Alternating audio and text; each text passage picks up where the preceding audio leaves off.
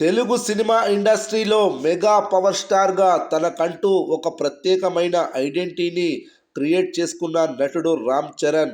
ఆయన చేస్తున్న ప్రతి సినిమా ఇండస్ట్రీలో మంచి విజయాన్ని సాధించడమే కాకుండా ఆయనకంటూ ఒక సపరేట్ ఇమేజ్ని కూడా తీసుకొచ్చి పెట్టాయి.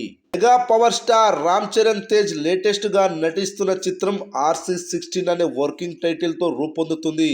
ఈ మూవీని దర్శకుడు బుచ్చిబాబు సన దర్శకత్వం వహిస్తూ ఉన్నాడు.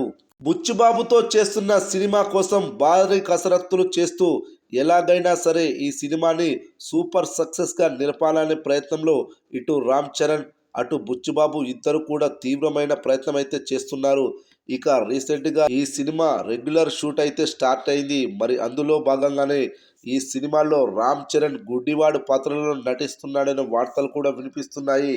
అయితే ఆ క్యారెక్టర్లో గేమ్ చేంజర్ కోసమే గుడ్డివాడి క్యారెక్టర్లో కొంతసేపు నటిస్తాడట. అయితే నిజంగా అతనికి సినిమాలో కళ్ళు కనిపించవా, లేదంటే కావాలనే గుడ్డివాడి పాత్రలో నటిస్తున్నాడా అనేది కూడా తెలియాల్సి ఉంది.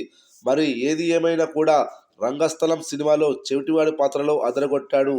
ఇక ఇప్పుడు కళ్ళు లేని వాడిగా నటిస్తూ మెప్పించడానికి రామ్ చరణ్ తన స్వయశక్తుల ప్రయత్నం అయితే చేస్తున్నట్లు తెలుస్తుంది.